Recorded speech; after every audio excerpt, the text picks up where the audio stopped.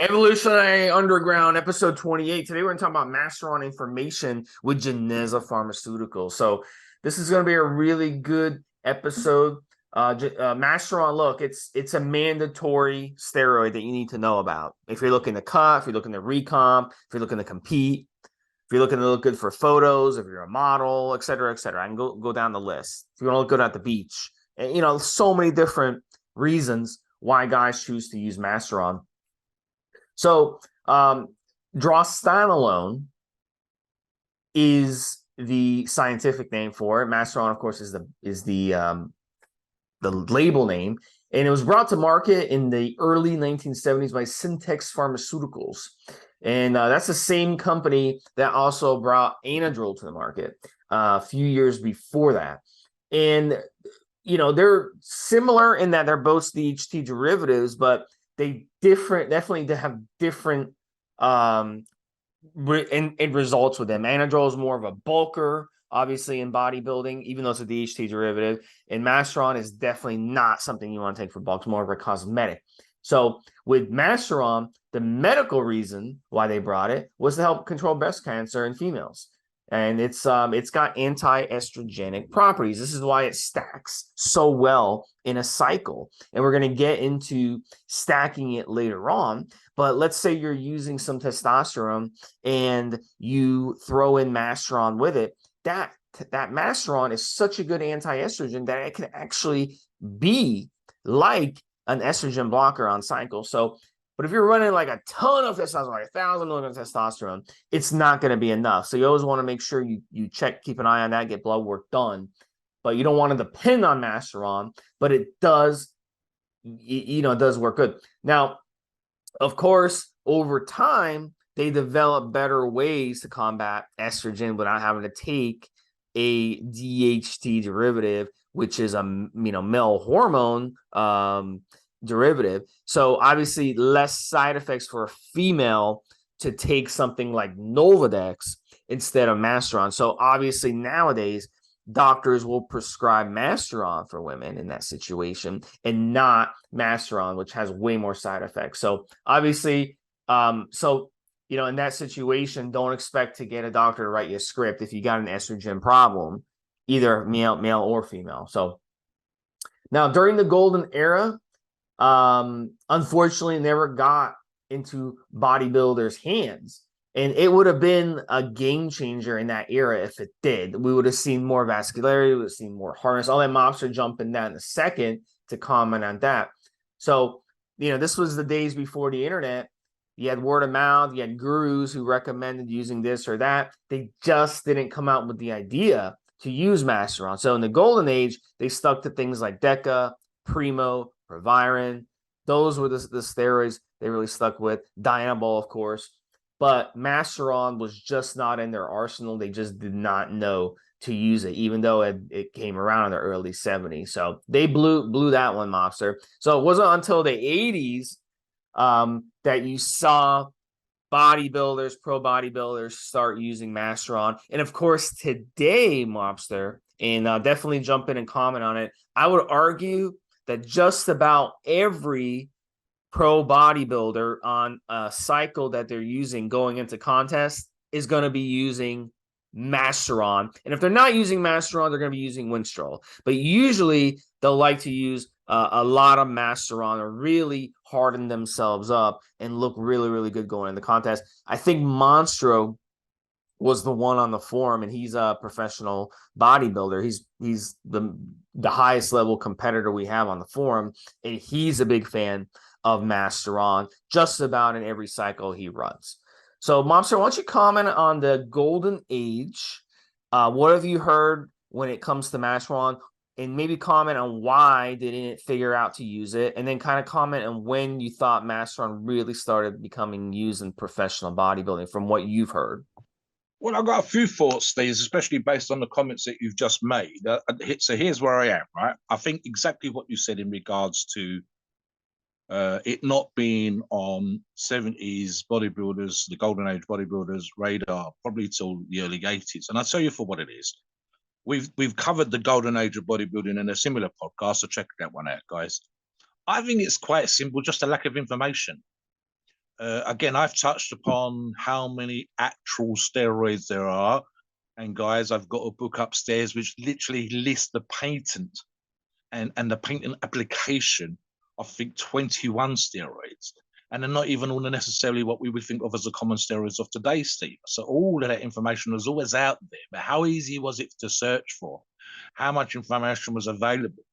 And then let's be honest, if you look at the way that 70 bodybuilders were eating and dieting and whatever else, would we have seen harder bodies? Maybe not. I think that's more diet related. And we're going to get into the reasons why you do need to diet and kind of already be lean when you're using Mastreron. I also want to point out, it's one of those things that sometimes when we look back at history, there was harder, lighter, and I'm talking about well under 200 pounds, Steve, bodybuilders out there, but the photography wasn't necessarily kind to them and so on and so forth. I don't think they were using Mastreron then. I think there's just guys that were naturally super lean, using very, very little pharmaceuticals, and the little bit doses they were using wasn't causing too much water retention. The bigger guys, and when I say bigger in modern bodybuilding terminology, you're still only talking about 230 pounds at the top end, vis-a-vis Arnold between 217 and 225 on stage at his absolute best, close to 6 foot tall. You're not really talking about guys in the way that we think of as now. And I think there's also a dose dependent argument in that the dosages that were being used then weren't high, so therefore the side effects would be less, and so on and so forth. So it's that sort of thing. I think it's as simply as what happened in the 80s is that, and again, we've covered this in the Golden Age article, we talked about the accessibility of information. Literally, steroid books or pamphlets, as they was then, became available. Then the first 1 or 2 actual books became available. And even then, we weren't talking about tens of thousands. We weren't talking about, as it is now, Steve, as a download. You can find steroid encyclopedia PDFs that are, and the downloads are in the hundreds of thousands. Whereas I can think of one particular steroid booklet that was, I think, 1,000 was as much as they printed. That was it. It was a one-time run of 1,000. So that would be for every bodybuilder in the world. You'd have to share it with your buddies. And even then, I don't think that particular person included Masteron on the list. So there's that. What else? Something else that you touched upon with regards to the anti-estrogen properties, and I say this a lot, Steve. And again, I think it's a dose-dependent thing, and we will get into that when we talk about stacking. I would never use, and this is a thing that people love to do, Steve. So I'll come back to that point in a minute. People like to argue the scientific basis for certain particular pharmaceuticals, performance-enhancing drugs, and say, okay, so I can use this as an AI, this as anti-estrogenic properties. Not at the dosages that people use today, not when you're talking about a stack, not when you're talking about multiple levels of pharmacology. If you're taking a singular drug, Mastreron, or Proviron, for example, Steve, and you're using it at a very low dosage, you've got a good argument. But when you're talking about stacks, when you're talking about the other things that people do to get in shape, when you're talking about the diets and extreme body weights and so on and so forth, argue what you like, motherfuckers, but don't argue a singular drugs with a singular aspect to it, for what it was developed for, and then throw it into the middle of a stack where the other things are going to counteract and negate any estrogenic properties that you might have. And the other thing, finally, on that particular thing, Steve, I would always have on hand a AI of some form for me to run. And my personal preference has always been to use an AI from day one at the right dosage and the right frequency, rather than wait until a particular issue. So again, it's nice to argue the science, and it's nice to say this is what it was developed for. But guys, you're literally, it's like arguing about one piece of straw in a bale of hay, Steve. Honestly, you need to look at everything else you're doing and all the other drugs and everything else as well. Right. What about being used by modern bodybuilders in competition? 100%. Absolutely. In fact, it's arguable, Steve, that occasionally we might see stage ready or supposedly stage ready professional bodybuilders who could have done with a better diet and less carb loading, etc., because they've over relied on PEDs, and occasionally they just mistime their peak and whatever else. But if they do get it right, if they do have all those other aspects on point, that's when you will see the gnarly, grainy, vascular freaks of freaks, and you instantly know that this person's going to be a competition winner. So I would say, like you said, Steve, I would probably look in 100%, very, very close to 100%. It's in pretty much every top professional bodybuilder stack. In fact, the only time I would say that they're not using it is that for whatever reason, they either don't need it or they just don't get on with it. But I can see that being really, really rare. I'd pretty much say that if I would say 100% of top competitive bodybuilders have tried it. If they're not using it, if they're doing other things, if using natural diuretics and so on and so forth. So yeah, it's almost, I would give it as a staple of a competitive bodybuilder stack now, Stephen. Literally something that almost everybody at that level, including Monstro as a WABA pro, will be up there wanting to look absolutely crazy, freaky, gnarly, hard, rock hard, dry, etc. on stage, and just out fucking everybody else when it comes to that kind of look, because everybody else has got the same advantage as you. So if you've got it and Masteron helps you get it, then it's just gonna, the look, you know, the look, Steve, it's unmistakable. Even a person who's not in the bodybuilder can say, wow, look at that. That's just like someone that's come from outer space when they've got all these things together. And Masteron is one of those things that's just going to bring that look as well. What do you think?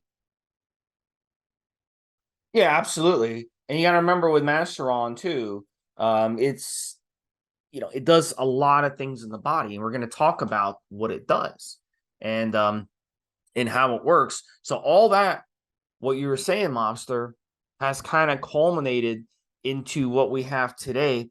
In guys who are competing will definitely jack up the dose of Masteron going into contests. But Masteron is a really interesting steroid. You got to understand how it works. And, you know, we kind of got to get into that and really understand the method to the madness of why Masteron works the way it does. So we're going to first talk about and understand what DHT is. So DHT stands for dihydrotestosterone. It's a sex hormone. And that will metabolize in small amounts in the body from testosterone. But with Masteron, you're getting a big dose of it. And Masteron is as pure of a DHT derivative as you're going to get out there. And there's no secret as to why that is. It's the addition of a carbon 2 position methyl group. And they designed it like this on purpose. And the method to the madness of designing it like that was because they wanted to come up with something, as we said in the last segment, as I said in the last segment, that will help act as an anti-estrogen in the body. So that's part of the reason why you get the hardening effects, you get the drying effects. So Masteron is also more anabolic than straight DHT in the body. So that makes it even more effective at drying out and hardening and adding vascular and all that good stuff that you want as a competitive bodybuilder. Now, those effects don't necessarily translate to other aspects of fitness. And in fact, they don't, you know, because we don't want hardening effects in certain situations. It would kind of backfire on you to get harder. I can remember when I was on Masteron, it felt like I was sleeping on rocks. My muscles were so hard. So there are disadvantages of it. We're going to kind of get into the side effects later of dealing with a muscle that's like rock hard. So at the end of the day, look, it's a pure DHT derivative, cannot aromatize into estrogen in the body. And it's also not only going to not aromatize into estrogen, but it's also going to have anti-estrogen properties. Another aspect, Mobster, very, very important, is that it is really good at binding the sex hormone binding globulin, SHBG. Now, SHBG is one of those things that is in our body for a reason. It's a survival mechanism. And when SHBG is elevated, it makes it much more difficult to build muscle. But when you take Masteron, because it binds SHBG, it's going to drop SHBG down, and that's going to help you build more muscle. So when you stack Masteron, that's where it's more effective, because it's going to help the other steroids work more effective, and it's also going to kind of tear down that wall of that survival mechanism that prevents us from building too much muscle and opens it up so that, wow, now you can build muscle much more easily. And that's why people who use anabolic steroids have an easier time building muscle and building strength and all that good stuff. So it's going to also boost free testosterone ratio in the body. So in a normal setting, let's say, you're getting 1,000 milligrams a week of testosterone injecting, right? 15% of that, once you translate it into the body, the effects in the body is going to be free testosterone that actually counts. Well, when you use Mastreron, it's going to increase that free testosterone ratio. So you might get 20 or 25%. So it's going to make everything more effective. Go ahead, Mobster. I'm reminded of a story that Dorian Yates told when it comes to, and Steve touched upon this, and this is just on just how uncomfortable being crazy lean and super hard is, both from a bodybuilding and an athletic point of view, right? So Dorian Yates describes Steve being, and this is because he had that grainy, gnarly look that I described earlier on, being so goddamn lean, Steve, backstage that it was uncomfortable to walk around because the little bit of fat that was left in the soles of his feet would dissipate. That's how lean he got. And we've seen crazy percentages thrown out there for certain bodybuilders. So you're somewhere between 250 and 300 pounds. And I think Dorian Ronnie et al, Steve, with the super, super low body fat. And it is just fucking uncomfortable. Steve said it's uncomfortable laying down. It's not a bony ass, Steve. It's a rock hard, muscular ass sitting on chairs. It's the same thing when you're super hard, super lean, laying down in bed. And as Dorian says, walking around backstage, ready to come out and win the Mr. Olympia. So there's that. There's something else as well. And this comes with being super lean, which is not necessarily a Masteron thing in and of itself, but also super hard. If you've done the right parts, pharmacology speaking, and exercise and diet, and then the extra aspect of Masteron comes into it. It's uncomfortable lifting, Steve. It's uncomfortable training because you need a certain amount of body fat, and it's only a little bit in terms of your health levels around the joints, for example, a little bit of soft tissue, a little bit of fat, a little bit of oil to grease and lube the joints and whatever else. And that little bit of water and a little bit of fat is actually good in that particular regard because we're running around on no oil, no synovial fluid in our joints. The pain that we'd have in our ankles and our hips and our knees, Steve, just running around dry would be horrendous. And in combination with other PEDs, that's the kind of look that you're looking for on stage, but it's very uncomfortable. I also touch upon just one little thought on this particular regard, and you can call this a side effect if you like, although it's not specifically and direct from Masteron, and that is being in that kind of condition, super hard, with the aid of Masteron and other pharmacology to get super lean, is a fucker on your immune system. You're more likely to get colds and sniffles and whatever else, guys. So this is one of those keeping it real type podcasts in that we're going to want you to get in absolutely amazing shape, and Masteron's going to help you to do that. And we're going to give you some suggestions of stacks that are going to tell you how to do that. But I'm keeping it real by saying this is that thing that they don't talk about when they say how you're actually going to feel if your muscles are rock hard. Steve, how many times have we seen in the forums? And that's another reason why we're doing this podcast. When people go, I want my muscles to be hard. I want the girls to touch my rock hard chest. That's the bonus. The minus, the thing that isn't good is other things that I've just touched upon when you actually kind of realize that being like that all the time, feeling like that all the time, it should be for a competition. It should be a peak or very short period of time, because if the genuinely super lean, super dry, super vascular thing, super dry is cramp city, super lean is painful to walk around on, super lean is painful in terms of your joints and so on and so forth. And if your muscles were flexing that hard and felt that rock hard, it would be a kind of weird situation. So just going to work on the train or in your car driving to work would be uncomfortable. So keep it in mind, guys.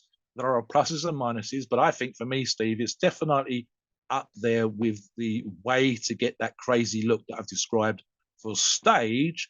And I would probably go for a slightly softer, it's still lean look for the rest of the year, Steve. So it's definitely in there, but you've got to have a sort of genuine understanding of just how you're going to feel when you're using it at your absolute peak, Steve. Back to you. Okay, so when it comes to side effects, let's get more into it because we kind of gave you a little preview of them. Here's another aspect, and here's what physical therapists don't understand, okay? Because physical therapists, 95% or 90% of their patients are old people. And old people don't have muscle on their frame. They have muscle wasting. So a physical therapist, go to a physical therapist. Oh my God, my back hurts, my neck hurts. They're going to want you to get stronger, to build more muscle, and then like magic, it works. But with us, We're already strong. We're already muscular. So if we start dealing with nerve issues, we start dealing with spine issues, neck issues, and then you add something like Masteron that hardens you up more, that's going to make it much more likely that you're going to be pinching more nerves. You're going to put more pressure on your discs. Your muscles are going to be bulging, so, and it's going to be hard. And what ends up happening is you go to the massage therapist and they're massaging you. You're like, my gosh, I had a massage therapist tell me, like, Steve, I've never massaged someone with harder muscles than you.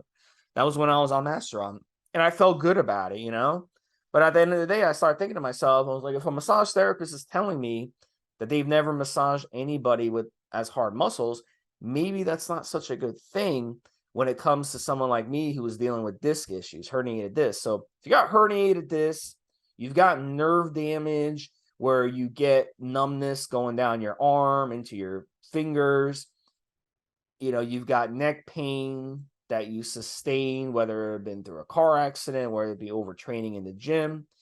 If you don't have your mobility and flexibility down, then using Masteron, that's like the number one side effect with Masteron, is that it's going to harden up your muscle to the point where it's going to make that weakness that you have worse.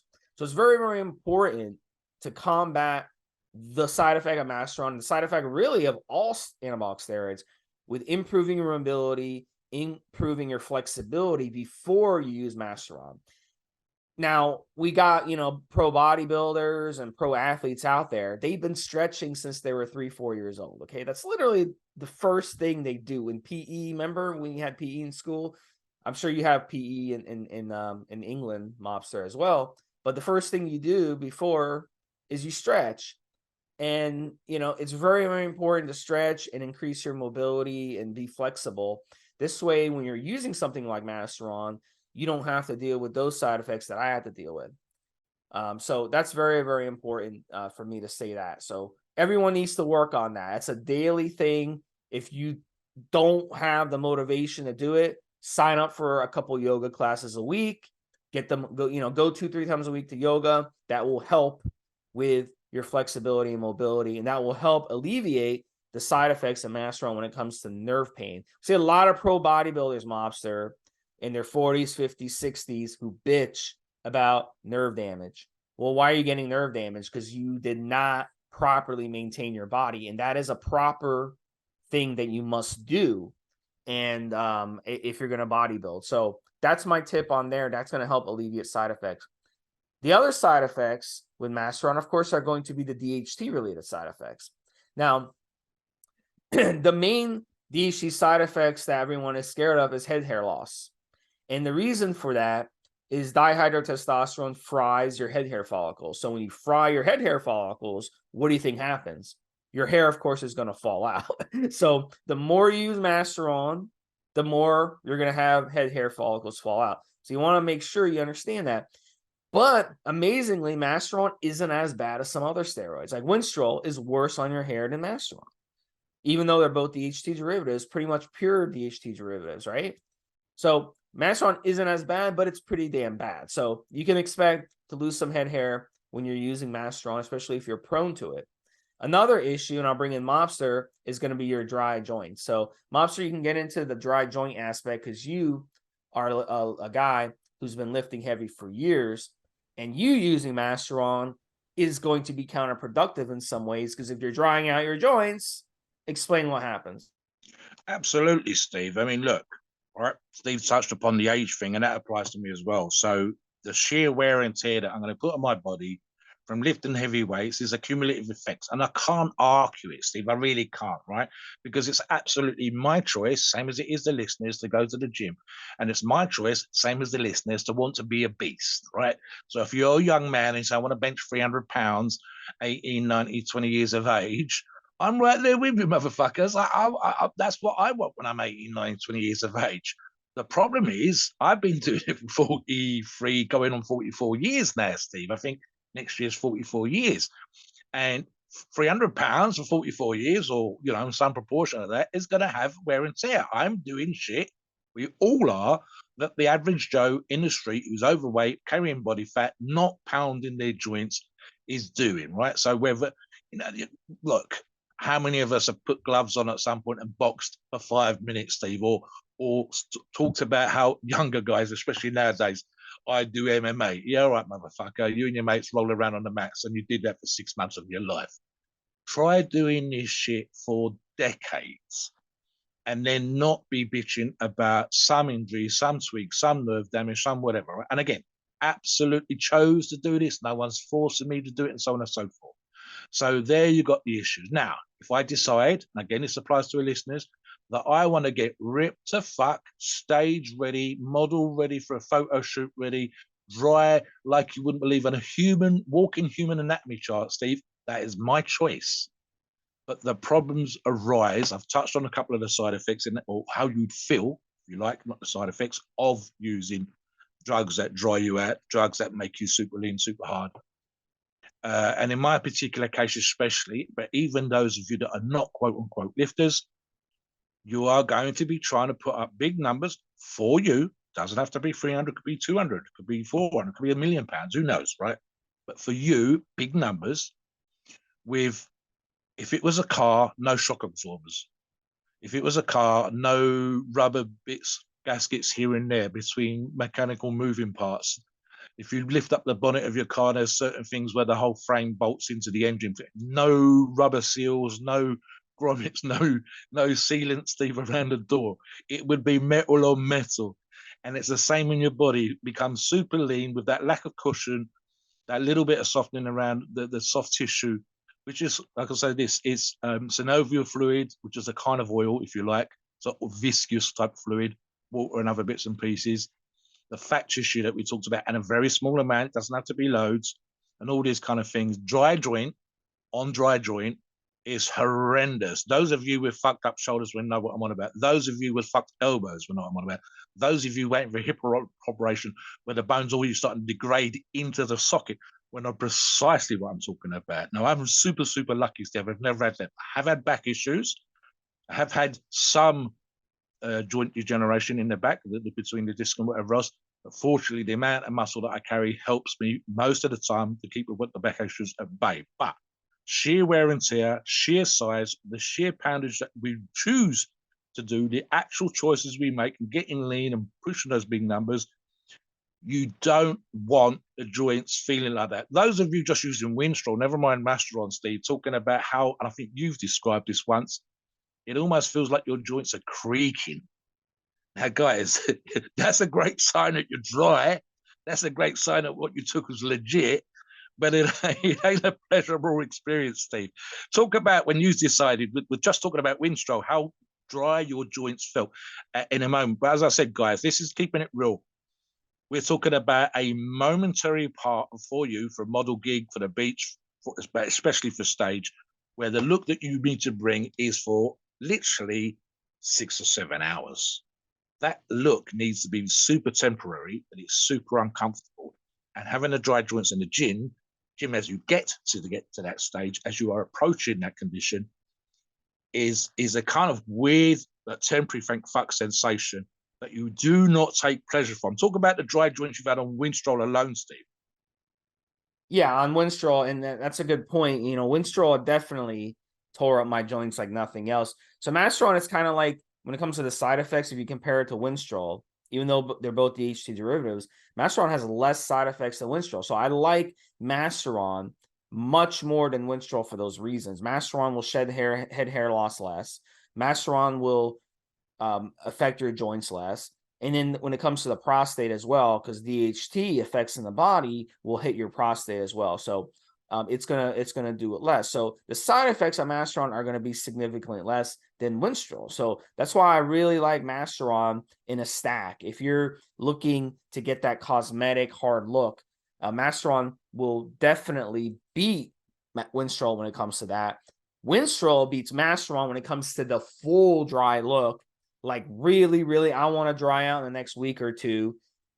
You know, Winstrol will do that for you every time, and you'll feel it in your joints for sure. So Mastreron has the advantage over Winstrol on that end, and then on the flip side, Winstrol has the advantage over Mastreron on the other end. So it's just a matter of you got to manipulate things going into competition. With my clients, it's a situation where it depends on their particular situation. But with my clients going into a contest, I like to make sure they're definitely on Mastreron for several weeks, at least 4 or 5 weeks before their contest. But when it comes to Winstrol, they could start taking the Winstrol just like a week or two before. So with Mastreron, you want to be deep into Mastreron, make sure you're able to take full advantage of that hardening and vascularity. Go ahead. Yeah, so I was just thinking, Steve, it's one of the, it is the thing that people sometimes confuse, because the terminology that we use when people are on stage can be very, very confusing. And quite often the same word, the same phrase means exactly the same thing when someone else is using it, but it's been described in a different way. So we talk about being shredded, we talk about being vascular, we talk about being cut, and so on and so forth. So you used to be cut, which meant we saw all the separation in your muscles, and then you become shredded, which is when we saw the separation in the muscle itself, the clumps of fibers. And you can see that when someone's doing the most muscular through the chest, for example, Steve, and you've got what looks like sort of meaty fingers going out from the sternum into the armpit. So here's the thing, and I want to make sure that we get the description right. There's an argument to be made of the difference between being dry, by Winstrol, and being hard. So the reputation for Mastreron isn't necessarily a drier type drug, a drug that's going to dry you out, but it will have some of those properties. But Winstrol does it better, like Steve said, but as a muscle hardener. Now, let's be honest, guys. The judges aren't getting up out of their chairs, getting up on stage and squeezing your bicep. They do not give a fuck how firm your bicep, your quad, your glutes feel. They might think about it, Steve, but they're not actually squeezing any of your muscles. But it's a weird thing in terms of contract. And I'm going to actually touch on training for a second here, Steve. When you're contracting your muscle as you train to get into shape for that competition, the sensation of that muscle becoming harder and a sensation in its way of almost muscular dryness, if not thin skin and separation between the muscles, is a particular sensation that's very specific to bodybuilders, way probably more than any other athlete, because it doesn't matter how they feel when they're doing what their activity is. But bodybuilding, there's an argument to be made for that, especially in training. And then the ability to squeeze those muscles and have that sort of look or appearance of hard muscles on stage, which really is more about being dry, arguably, is where it can become confusing. Obviously, the combination of the two together as part of a competition stack is where the magic lies. And like Steve said, and he mentioned this with regards to his clients, I would actually turn around and say again, I would look at the genetics of the individual. And it's not a huge disparity, Steve, between one and the next one, but it might be that some people have thicker skin. They tan well, but their skin's got kind of leathery. So you want that thin skin look. It might be that they have great separation between muscles, but very little hardness and vascularity and detail in the muscles. So you can look like a statue, but you're not going to look like a bodybuilding freak, and so on and so forth. So you look at the individual, you look at their genetics, you look at their bone structure, and it's getting the combination of factors right. And this is where a great prep coach comes in and says, look, this is what you've got, which is a plus. This is what we're going to do to make that even bigger. This is where you're as a minus. That's what we're going to take out. This is what we're going to put into, sort that out, and so on and so forth. It's a lot of top pros, Steve, still fuck that up. We've seen people, just this weekend, there was a competition, and the photographs that the top two were putting out and the videos that they were putting out in their hotel rooms and in the gym versus the photographs. I've literally only seen 2 or 3 photographs where they looked as good on stage with their tan under the lights as they did in their hotel rooms without tans, and so on and so forth. So it's super, super easy to fuck up on carb loading, carb depletion, water excretion, and so on and so forth. And I would hate to fuck those things up if you do get it right. The look, which is really, as I said, is actually more about being dry, but the sensation that you get as well as the look, it's going to make you feel crazy hard. It's going to make you feel crazy lean. And that in itself is going to come across when you're on stage, when you're walking out and whatever else. Like I said, in reality, pretty much the only time that we're going to have our muscles squeezed is we want a girlfriend or a girl down the club squeezing our tits. Fellas, women the same, whatever. In terms of, feel my glutes, feel how hard they are, that kind of stuff. That's pretty much the only time. The judges for a bodybuilding competition, the photographer should not be squeezing your glutes or whatever else. It's a kind of appearance thing over the actuality. But in reality, the sensation of it being super hard is kind of weird. It's pro bodybuilder needs to describe it even better than me, Steve. Now, right, something which is super, super important, and I bang this drum on the forum a lot, and Steve just reminded me. There's almost no point being fat and using Masteron. And being fat is relative, Steve. I would argue anything, especially if you want to look good, anything over 12%. Now, it's in a lot of cut stacks. I'm using a product right now, which is a cut stack with Mastreron in there and a great hardener. So, you know, no doubt my muscles will feel firm at the end. But here's the thing. Bodybuilding, the aesthetics is a visual thing. I don't care how hard your pecs feel if it's covered with an inch thick layer of blubber, Steve. It doesn't make any sense to me, and it's almost a waste, right? We talk about the science, we talk about the aesthetics, we talk about stagecraft, and all those kind of things. And people go, "Oh, that sounds amazing! I absolutely want to do that. Mastodon sounds like it'd be an absolutely marvelous drug," and it is, especially if you get super lean and whatever else. But then we'll get someone come on the forum who's 15% or more, Steve, and they're saying, I want to get cut with Mastreron. No, motherfucker, you want to get cut with a diet. You want to get cut with a cardio. And even if your muscles do get harder because of the Mastron's effects, positive effects in doing exactly what they're supposed to, I can't see it because you're still too fat. So it makes no sense to me. And the other thing, of course, Steve, arguably, which we need to look at, and it's not just for Mastreron, if you're fat, the issues with estrogen and the issues with side effects tend to be higher than if you're lean. So, and again, let's use Monstro as a great example, Steve. His genetics, and he's not the only one on the formula. I think of two other individuals who are lean and vascular year round. So his off season, his quote unquote out of shape, would be most people's in shape. Being hard all year round, as opposed to competition or stage ready, is different from being fat and using Mastreron and having a rock hard bicep, a rock hard pec, and you post a photograph, Steve, and we can't see shit. Not only can't we feel your muscles because we're a million miles away, but we can't see the hard muscle because it's underneath a layer of fat. What do you think on that? Yeah, so you have to remember, you know, muscle and fat are different things, and a lot of people, they're very ignorant when it comes to this. I've heard some stupid things over the years. One of the dumb things I've heard is kind of the opposite. Is the vice versa argument. People will say, "Oh my God, you know, you're lifting weights, you're very muscular. When you get older, what's going to happen is that muscle that you have is going to turn into fat." And I'm like, what the fuck are you talking about? That's not how it works. Muscle and fat are two different things entirely. So you can have abs. You can do 100 sit-ups a day. You can go and do the ab machine until you feel a burn and you're about to pass out every single day. And you can do stomach vacuums, and you can do planks, and you can do all these things that help your abs and help your abs get stronger and help your abs, you know, get big and be. But if it's covered up by fat, you're not going to see them, you know? So when you're using Mastreron and you're hardening up your ab muscles and they're covered up by fat, you're still going to look soft. You're still going to look fat. You know, you're still going to have that belly fat that we have in America with almost 100% of our population over 40 years old, and male demographic and also female demographic. You know, and then downright, a lot of men look freaking pregnant. They have that big beer belly look. So yeah, if you have that, you know, you got a belly on you and you got body fat on you, and you can grab belly fat from your stomach, hopping on Mastreron is just going to harden up the muscles that's underneath the fat. So you're not going to be able to see it. So you want to get your body fat down first before you use Mastreron.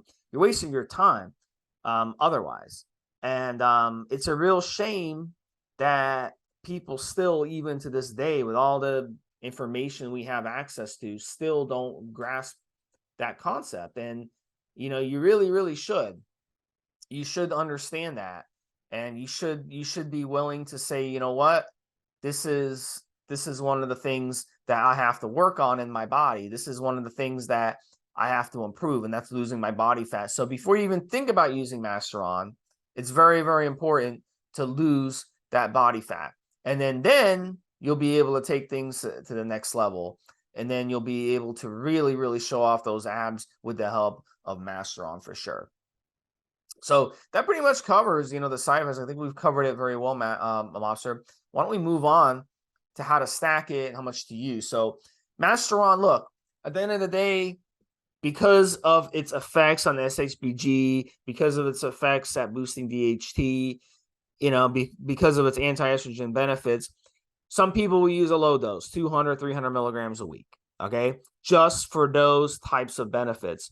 But if you're a competitor and you really, really want to push the envelope and harden up like crazy ahead of a contest, or you're a model, or you're looking to look good for your beach vacation, whatever, or you just want to look good because you have an ego and you're egotistical and you're a narcissist or whatever, whatever term you want to use, you just like looking at your fucking abs every day, like admiring your own body, you're one of those people, then you want to run more, 400, 500, 600 milligrams a week, even more. Competitors, competitors will run 1,000 or 1,200, even 1,500 milligrams a week. You got to do what you ever got to do to get hard. Because the guy, when you're on stage, the guy next to you, if he's harder than you, even though you guys have the same body fat, and you guys have the same amount of muscle, but he's more harder than you, he's gonna beat you.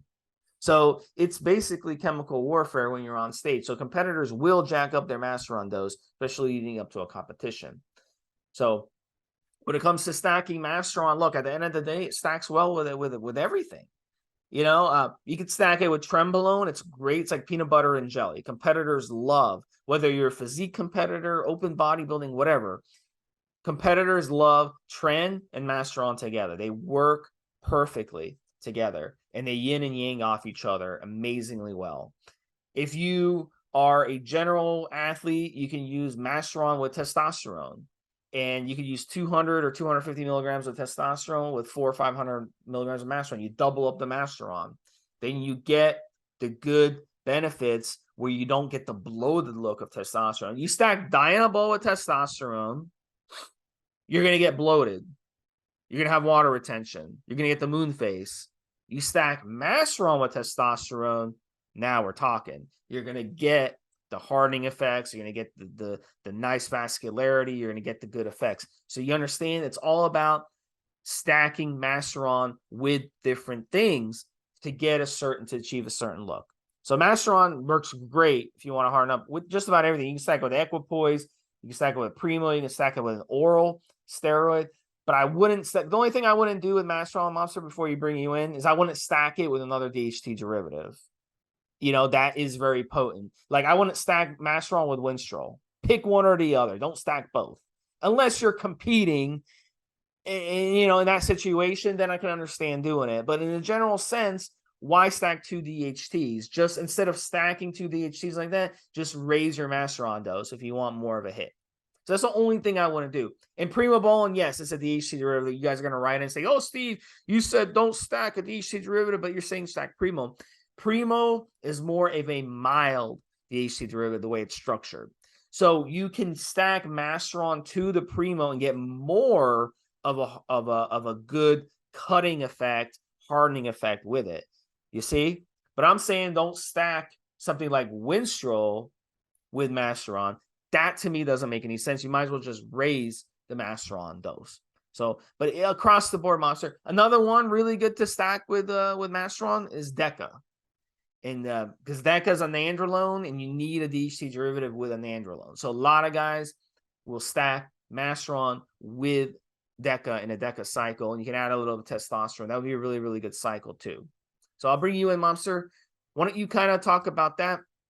We're going to get into Geneza Pharma more. We're going to talk about Geneza Pharma and what they have to offer when it comes to Masteron. So finish your thought on that and get us into that topic. Exactly so, Steve. So we're going to talk about the specifics of the products available for Geneza in a moment. But here's the thing. In essence, you're not looking at too many combinations of what form Masteron comes in. Pretty much in Amphate, which is kind of a middle-ish terms of its half-life, and propionate, which is the much shorter version. And again, if I was training clients for a competition or to look good on stage or for a modeling gig and whatever else, this is where a prep guru would be. I would more likely to see in those kind of competition stacks, those kind of preparation stacks, the shorter acting version. The shorter acting version also seems to make an appearance in pretty much every cutting type stack, and Geneza's offer a similar product to that in their own version. It's more likely to be a shorter acting. For me, that would be a frequency of pinning. So when Steve talked about timescales earlier on, The 2 weeks can make a difference, unless, Steve, in terms of competitive professional bodybuilder or someone that wants to win a title and get their pro card, 2 weeks can make a heck of a difference to physique with regards to taking PEDs out and putting PEDs in and changing the look of a bodybuilder and bringing them to a peak, so to speak, for being stage ready. And therefore, you're much likely to see propionate or standalone propionate used in those circumstances, Steve, rather than rely on enanthate or anything else that's longer acting as part of the stack and a part of the pharmacology, and hoping that those dissipate in the effects of their regards, water holding, for example, as they're bringing him to shape of competition. So that's what you're looking at in that particular regards. And again, it's the balance of looking at the athlete, looking at the condition they've got, knowing, for example, if you've got any other tips or techniques that you bring someone in with a peak. And here's what I would say in that particular regards. And there was a big hoo-ha about this about 2 or 3 years ago, Steve, where one particular prep guru was working mostly with women athletes. And unfortunately, some of the women hadn't done the work in the kitchen that they should have done. And they would go to him for advice, and he was putting them on absolutely crazy, fucked up stacks and getting them to do ridiculous amounts of cardio where they were already tired and depleted and God knows what else.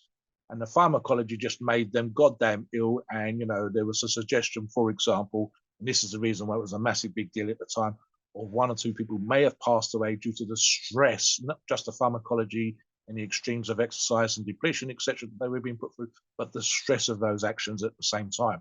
So for me, and again with this stuff, like guys, whether it's DMP or diuretics or whatever else, I would rather see, for example, a normal listener, our average Joe, and I've touched upon that person before as being a typical person that's going to be listening to this podcast.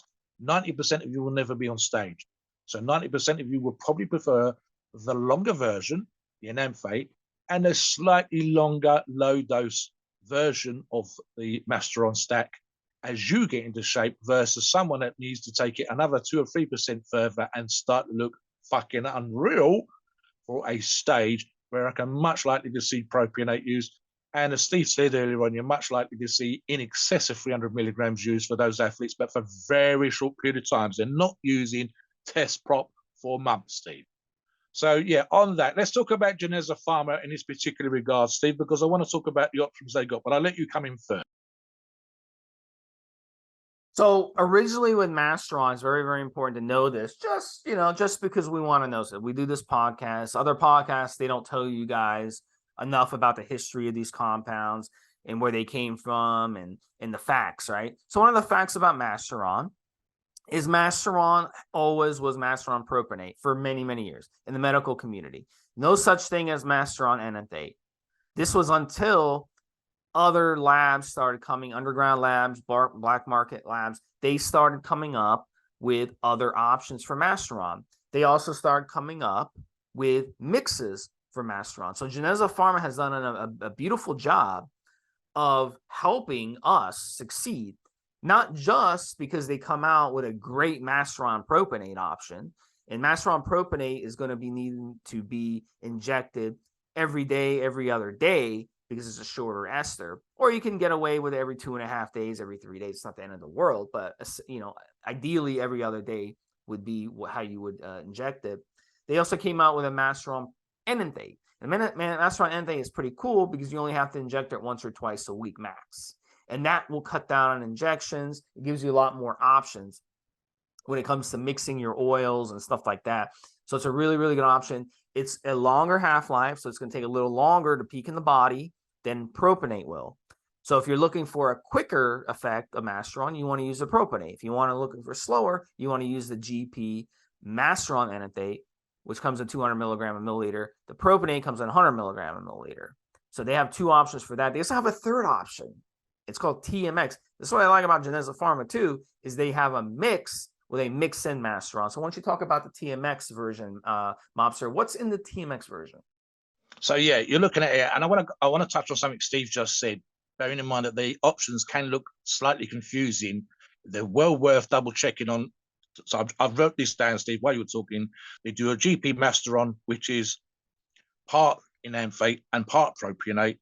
They do something which is called GP Masteron 200, which is just enanthate. And then the final one, as Steve said, is the GP TMX 400, which is Drostanolone enanthate, so the enanthate, the slightly longer version, testosterone enanthate, and trenbolone enanthate. So interesting for me, this is very similar to what I would actually think other companies produce as a mix, but all with ever so slightly longer esters. So in other words, great for me, Steve, less pinning. And again, this is what I actually think would really suit a lot of our listeners. They are doing an 8-week or a 10-week cycle rather than someone that's doing competition, because as I said earlier on, but the Geneza Pharma offers you the option of using the shorter acting esters, the propionate esters, for competition, for those modeling gigs, and for your missus has just sprung a holiday on you and you're about to get ready. Now let's talk about what we would, because of course in the TMXC 400, that's already prepared for you as a kind of blend. What would you stack with the Geneza Pharma products, obviously other Geneza options, in terms of a stack? And again, I'll ask you, because you're more of a person who works with clients, what would you do for that average Joe that's already kind of lean and he wants to use Masteron? What would you get them to stack with it for that perfect normal person listening to our podcast? How they can get in shape with Masteron? So I would get the GP testosterone. I first make a decision. Do you want to do shorter esters? Do you want a shorter cycle, like a 6-week, 7-week, 8-week cycle? Or do you want to go more of an 8, 10, 12-week cycle, more 10 to 12-week cycle? So you want to make a decision on that. And if you want to go the shorter route, I would get testosterone propionate, I would get Anavar, and I would do the Mastreron propionate. So that would be a really, really good stack for like 6 or 7 weeks. And that one would be a really, really good one to recomp or cut. Now, if you wanted to go the long ester route, I would do testosterone cypionate or testosterone enanthate with the Mastreron enanthate. And then you can do an oral to finish the cycle, maybe some Anavar or T-Bol to finish the cycle. So that would be a really good dosing with the testosterone. I play around a little bit with the dosing. Everyone's a little different. 200 to maybe 250 milligrams of the test, and then the Mastreron 400 or 500 milligrams of the Mastreron. And then with the Anavar or T-Bol, you can go anywhere from 20, 30, 40, up to maybe 50 milligrams with the Anavar. And that would be a really, really good stack, Mobster. And that would be really, really good. The nice thing about the stack too, nice thing about Mastreron, is it's not like Deca or high doses of testosterone or even Tren, in that it will cause a lot of blood sugar changes, cause you to crave carbs, where you have to be carbing up all the time. I know that's the case on Tren. It's not something like Deca, which is going to make your appetite nonstop, where you want to eat all the time. You see what I'm saying? So that's one of the reasons why Mastreron is a really, really good cutter as well. It won't fuck, I'll put it that way. It won't fuck with your appetite and make your blood sugar go crazy all the time and stuff. So that's why it's a really, really good cutter overall. So Geneza Pharma, look, they have it all. They've got the Anavar, the T-Bol, they've got the great testosterone, the GP gram.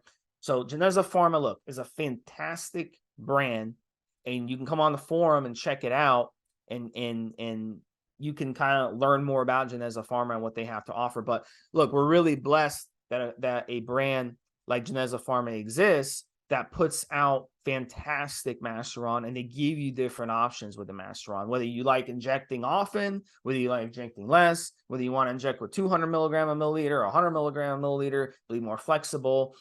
They've got you covered. So it's a great, great, great brand. One of the things I like about Mastreron is when you order the GP Masteron, Geneza Pharma Mastreron, you know you're getting the Mastreron. You know you're getting what you order. If you're going to inject 500 milligrams a week, you know you're getting 500 milligrams a week. It's not underdose. It's not overdose. It's dose where it needs to be. They have certificates of analysis. They're tested. They're approved. So they're an excellent, excellent brand. I have a lot of respect for Geneza Pharma. Go ahead, Mobster. Yep. While you were talking, Steve, I'm sitting here looking, and it just occurred to me, and I don't know why I missed this before, and I'm actually looking back at the TMX 400 product. Now, listeners, I'm not a fan, it has to be said, and this is not a knock on Geneza, of high dose per mil products.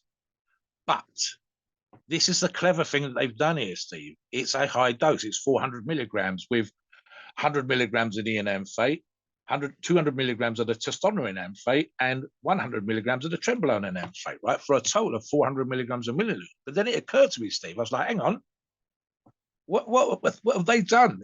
They're all longish, medium really, acting esters. So you're actually using, if you use a high dose per milligrams per milliliter product, you're more likely to suffer, and this is right across the board, I don't care what company you get it from, post-injection pain. That's just a fact. It's the reason why pharma companies, when they produce products for medical reasons, never really exceeded 300 milligrams. It was just too goddamn painful. It was easy peasy to go loads of dosage. They weren't losing money because they could have always charged more. But Geneza have been actually crafty here. If it was 400 milligrams of short-acting esters, it'd be painful. But it's actually less. It's slightly lower, slightly slower into the system, Steve, so it requires less pinning. Now, I will talk about reason, and I've discussed this in every podcast when we do this, Steve, with an approved source, but specifically today with Geneza Pharma. Why are companies like Geneza Pharma approved by the forums? Why do we do these podcasts and we talk about products like Geneza Pharma? Multiple reasons, some of them kind of obvious, but I'll touch upon the ones that you should know, especially if you're a first-time listener. How long has a company been around? This is the choice. If you're a new listener, and especially if you're new to PDs, these are the questions you need to ask. When you're asking your random at the gym, your quote-unquote dealer, which is why we recommend approved sources instead, they can't tell you how long a company's been around. Oh, I know this fella for you. No, who makes the product? Have they been around a long time? Do they test their product? Do they send their product out for independent testing at certified labs? Does the product come back with an honest to goodness certificate of analysis that shows you just how close? Sometimes a few milligrams either way. I actually like that, Steve, because it means they're showing you, they're honest with you, because it's super easy to create a certificate of analysis that looks perfect every single motherfucking time. Photoshop, people, easy peasy. I would rather you could find the lab, you can send products to be tested at great expense yourself if you want, and so on and so forth. And then we've got straightforward, good old-fashioned customer feedback. Why, for example, do other approved sources that we use on the forums carry Geneza Pharma? For the same reasons that you and I would want to use it, Steve, for the same reasons I've just discussed. They want a company that's reliable to be able to send them product for them to sell on. They want a company that's 100% got stock availability. They want 100% to know that extra batch of products that they get in are trustworthy. So, and some of the resellers, they do lab tests themselves, especially of companies that are new to them or unknown and whatever else. So you want a solid, trusted, tested product from an approved source for those kind of reasons. Touch on that, Steve, before I finish off. Yeah, it's crazy to put anything in your body that you don't know is quality. We just had a guy literally post, "Oh, I got this gear off a third party," and then he looked into it, he researched it a little bit, and he found out, yeah, this stuff is fake. So you got to make sure, just going to your gym dealer and buying it off a middleman. He bought it off someone. That guy bought it off someone. That guy bought it off someone. It came from some dude trailer in the middle of nowhere. And, that's not the gear you want to put in your body. So Geneza Pharma's quality, look, they're as high quality as you're going to find. And, we've seen the blood work to prove it. We've seen the testing to prove it. So Geneza Pharma is fantastic. Their Mastreron is going to take you to another level. So definitely give their Mastreron a shot. Come on the forum. Do a log. We would love to see you do a log. There's so many guys. The logs I've seen, Mobster, from these guys have been fantastic. Some of these guys that have been transforming their bodies from a dad bod to looking fucking good. And Mastron is going to help you do that as well. So come on the forum and log that Geneza Pharma Mastron stack that you are going to put together. And listen and keep sending us in questions. We'd love to hear from you guys. Absolutely, Steve. Do the work in the kitchen, at the table, in the gym. Post a log, put those photographs up, talk about your Mastreron experience, specifically talk about your Geneza Pharma experience, post in the comments. We want to hear what you've got to say on the subject. We're interested, and we're actually doing more podcasts about the comments, so look out for those as well. Please note, we are not doctors, and the opinions are ours. It's our view and based on our experience and views on the topic. Our podcasts are for informational purposes and entertainment only. The freedom of speech and the First Amendment applies.